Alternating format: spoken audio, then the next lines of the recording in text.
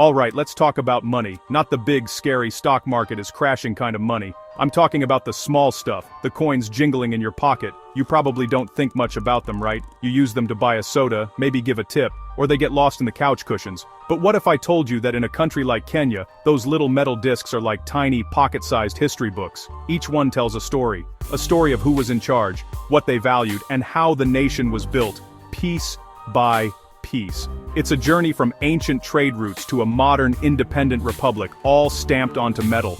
It's wild when you think about it. You see, Kenya's history is incredibly rich and complex. It's a crossroads of cultures, a place where people from all over the world, Africa, the Middle East, Europe, Asia, have met, traded, and sometimes fought for centuries. And every time a new group arrived, they brought their stuff with them. Spices, cloth, ideas, and, you guessed it, their money. So by looking at the coins found along the Kenyan coast, you can literally trace the footsteps of history. It's like being a detective, but instead of fingerprints, you're looking at the face of some long-dead sultan or a British monarch who probably never even knew where Kenya was on a map. This isn't just about kings and empires though, it's about the regular person. Imagine being a farmer in the 1800s. One day, you're trading your goats for some beads. The next, some guy wants you to accept these weird metal circles with a picture on them. It changes everything. How you buy food, how you pay for land, how you see wealth itself. The story of coins in Kenya is the story of its people adapting to massive changes. It's a story of colonialism, the struggle for freedom, and the pride of a new nation forging its own identity, 1 shilling at a time. It's a drama, a comedy, and a history lesson all rolled into one. So, as we dive into this, forget everything you think you know about boring old coins. We're going on an adventure. We'll look at how a simple piece of silver from Persia could cause a stir in a Swahili marketplace, how the face of a British king ended up on money used to pay for a bus ride in Nairobi, and how Kenya finally put its own heroes and its own wildlife on its currency. It's a journey that shows you that sometimes, the smallest objects can tell the biggest stories. And trust me, Kenya's coins have some incredible stories to tell. Let's get into it. Before coins showed up and made everything complicated, how did people in Kenya buy things? You couldn't exactly tap your cow at the checkout counter. The system was basically barter, which is a fancy word for trading. You have something I want, I have something you want, let's make a deal. It was a very personal way of doing business. You had to look the other person in the eye, haggle a bit, and agree on what was fair.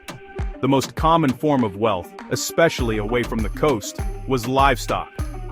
Cows, goats, and sheep were the original bank accounts. The more you had, the richer you were. A man's wealth was literally walking around in his backyard, mooing. This system worked, but it had its problems. I mean, what if you wanted to buy some vegetables but all you had was a cow? It's not like you could get change back. You can't exactly ask the seller for half a cow and a few chickens. This is where other forms of money came in. People started using items that were smaller, more portable, and widely accepted as valuable. Things like cowrie shells, those little white shells from the Indian Ocean, became super popular. They were pretty, hard to find inland, and you could carry a bunch of them in a pouch. It was like having a pocket full of natural, organic currency. Besides shells, other goods served as money too. Salt was a huge one. In a hot climate, salt is essential for preserving food, and for life itself, so it was literally worth its weight in, well, other valuable things. You also had beads, especially colorful ones brought by traders. They were like jewelry and money combined. Iron was another big one. It was forged into tools, weapons, and sometimes just bars of a standard size and weight, called hoe money, which could be used for trade. The value of these items was based on a shared agreement. Everyone just that a certain number of beads, or a block of salt was worth a chicken. But here's the thing about barter and commodity money. It wasn't standardized. The value of a cow in one village might be different in another. A handful of cowrie shells might get you a basket of maize in Mombasa. But further inland, where the shells were rarer, they might be worth twice as much. This made large-scale trade tricky. It was a system built on local relationships and trust. It was simple, direct, and deeply tied to the community. But the world was getting bigger, and soon ships would arrive from distant lands carrying a new, revolutionary idea, small round pieces of metal called coins, and that would change everything. The Kenyan coast has always been a hub of activity. Long before Europeans discovered it, traders from Arabia, Persia, and even as far as China were sailing in on the monsoon winds. They came for ivory, gold, and timber, and they brought with them porcelain, silk, and a game-changing technology. Coins. Around the 8th or 9th century, the first coins started to appear in the bustling Swahili city-states like Kilwa, just south of modern-day Tanzania but hugely influential on Kenya, Mombasa, and Lamu. These weren't Kenyan coins, of course. They were foreign currency, mostly silver dirhams from the powerful Abbasid Caliphate in the Middle East. Imagine the scene. A local merchant on the docks of Mombasa, used to trading in ivory tusks and cowrie shells, is suddenly presented with a small, shiny silver disc. On it are intricate Arabic inscriptions, praising Allah and naming a sultan he's never heard of. At first, it might have just been valued for the silver itself. You could melt it down to make jewelry. But soon, the convenience of it all caught on. These coins had a standard weight and purity. They were easy to carry, easy to count, and they represented the power and wealth of the vast Islamic trading empire. It was the beginning of a major economic shift along the coast. Soon, the local Swahili rulers got in on the action. They saw these foreign coins and thought, hey, we can do that too. The Sultan of Kilwa was one of the first in the region to mint his own coins, probably around the 11th century. These were mostly copper or a mix of silver and copper, and they were a huge statement. Having your own currency was like having your own flag. It said, we are a powerful, independent state. The coins often had the Sultan's name on one side and religious verses on the other. They weren't used for everyday grocery shopping by the masses, but more for large transactions between merchants, paying taxes, and showing off the Sultan's authority. These early coins give us a fascinating glimpse into the life of the Swahili coast. Archaeologists have found thousands of them, from Chinese copper coins to Persian silver pieces, all mixed in with the local issues. This shows just how connected this part of Africa was to the rest of the world. It wasn't some isolated place. It was a cosmopolitan center of global trade. The coins were a symbol of this incredible network. They were the physical proof that a merchant in a place like Gedi or Lamu was part of a world that stretched from Indonesia to the Mediterranean, all connected by the sea and the shared language of commerce. Just as the Swahili city-states were hitting their peak, a new power sailed over the horizon. In 1498, the Portuguese explorer Vasco da Gama rounded the Cape of Good Hope and arrived on the East African coast. He wasn't just there to say hello. The Portuguese wanted one thing: to control the incredibly lucrative Indian Ocean trade route, and to do that, they needed to control the ports. They came with cannons, soldiers, and, of course, their own money. This marked the next major chapter in Kenya's coin history as European currency began to flow into the region for the first time. The Portuguese weren't subtle. They built massive stone forts, like Fort Jesus in Mombasa, to dominate the coastline and enforce their trade monopoly. With their military presence came their money.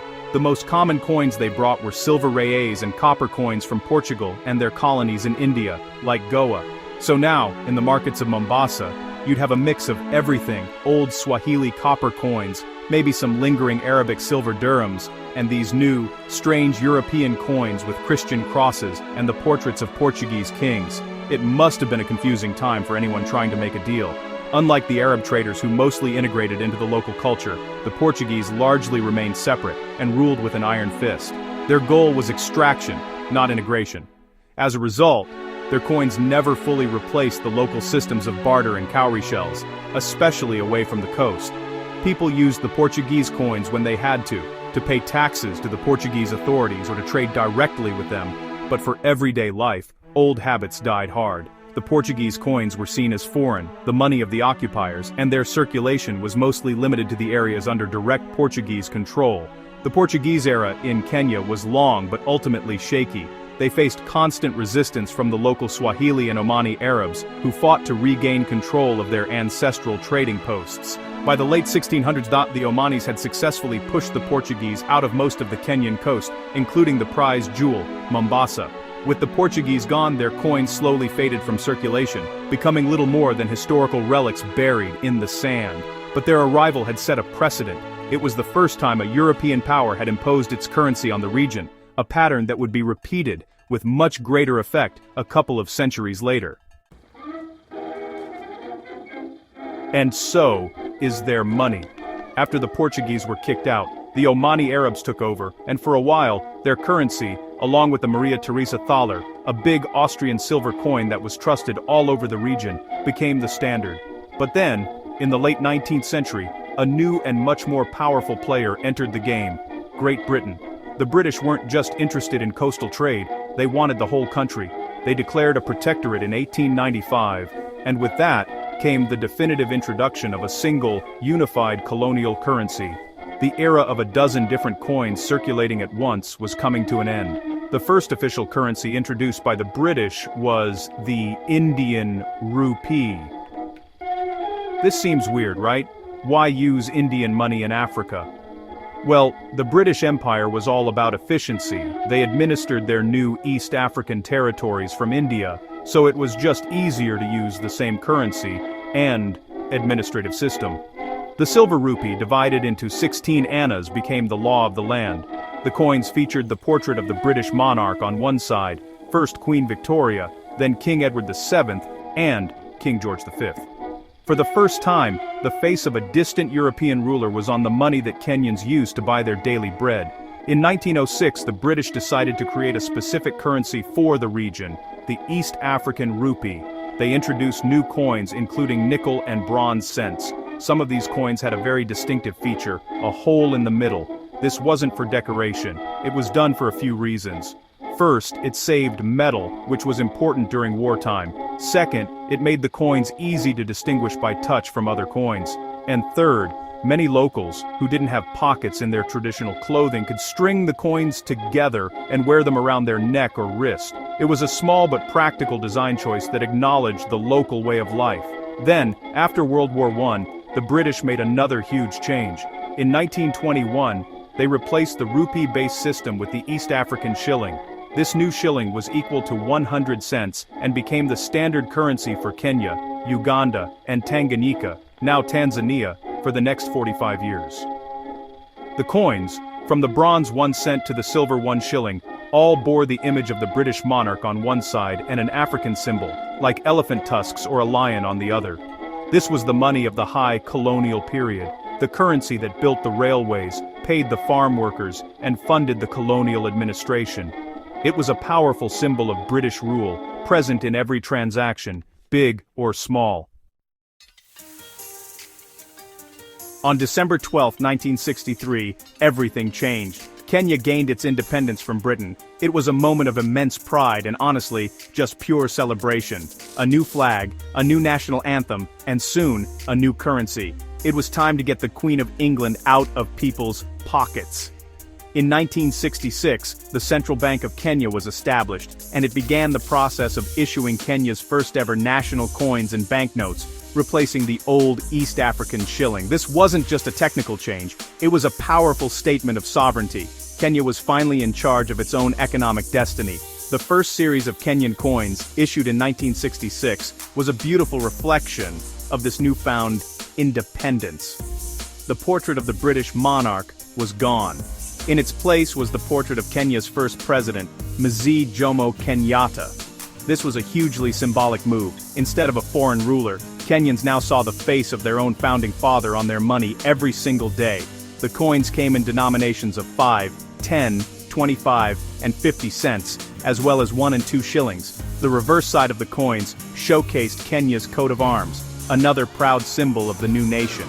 This first series of coins remained in circulation for many years, becoming a familiar part of life for a whole generation of Kenyans. However, after President Kenyatta passed away in 1978, a decision was made to change the portrait on the coins. The new president, Daniel Arap Moi, introduced a new series of coins starting in 1980. These coins featured his own portrait. This change set a precedent in Kenya, where the currency would often reflect the current head of state, a practice that continued for over 2 decades. The designs were updated, but the core message was the same. The coins represented the authority of the Kenyan government. A major shift happened in 2010 when Kenya adopted a new constitution. One of the articles in this new constitution specifically stated that currency should not bear the portrait of any individual. The idea was to celebrate Kenya as a nation, rather than any single leader.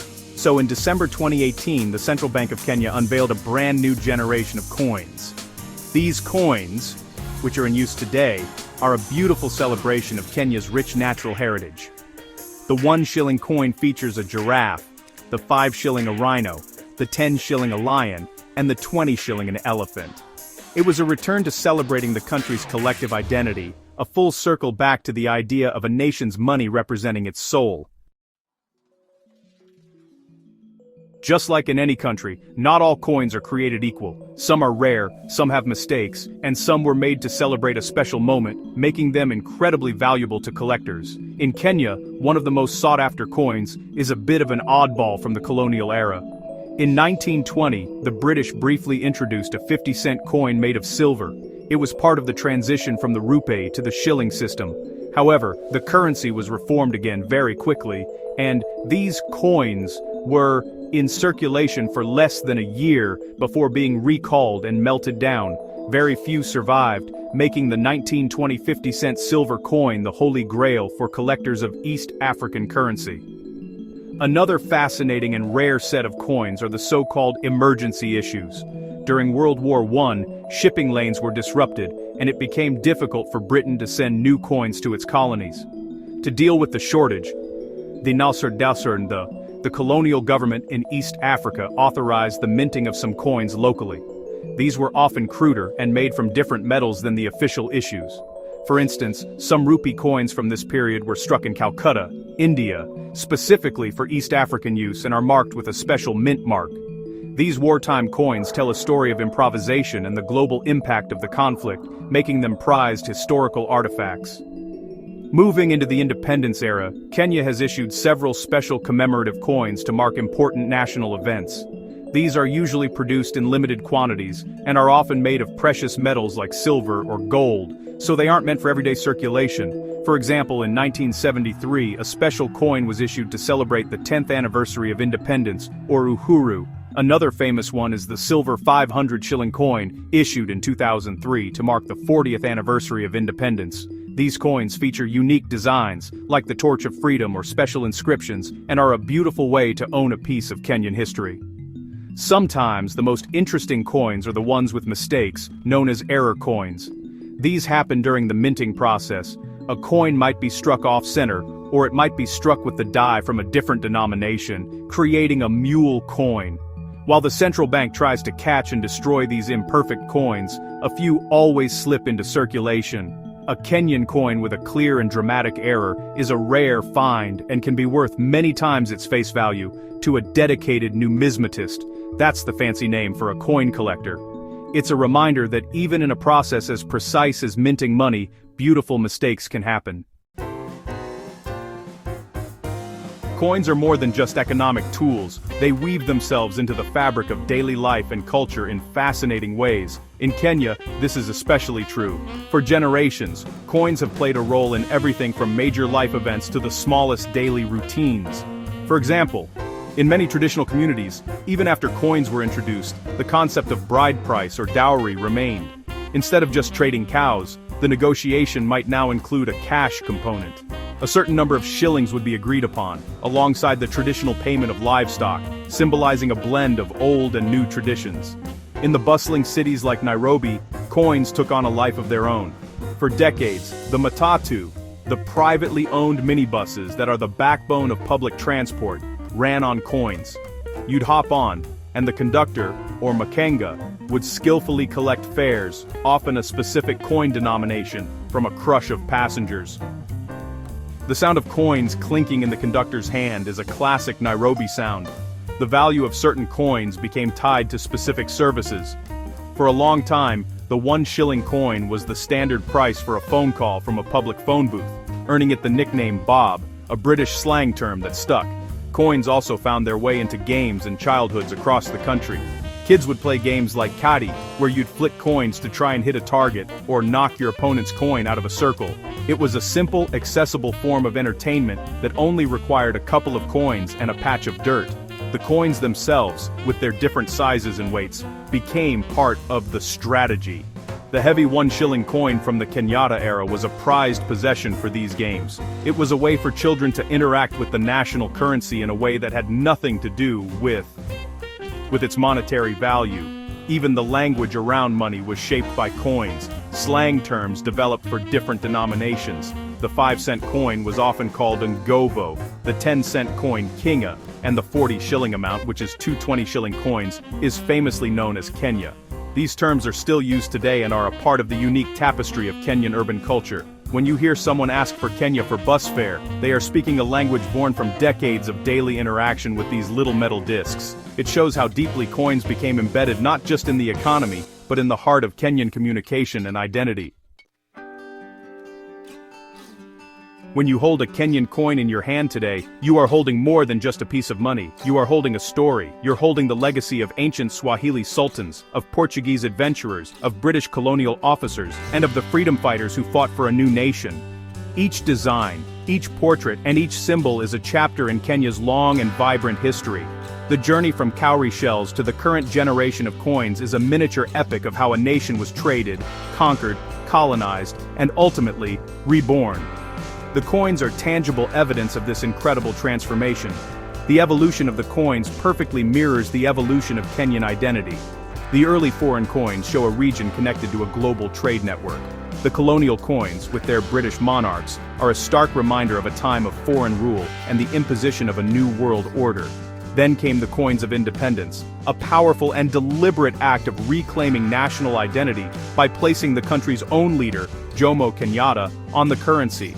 The subsequent changes reflected the political shifts of the time, for better or for worse, showing how closely money and power are linked. Today's coins represent another important step in this journey.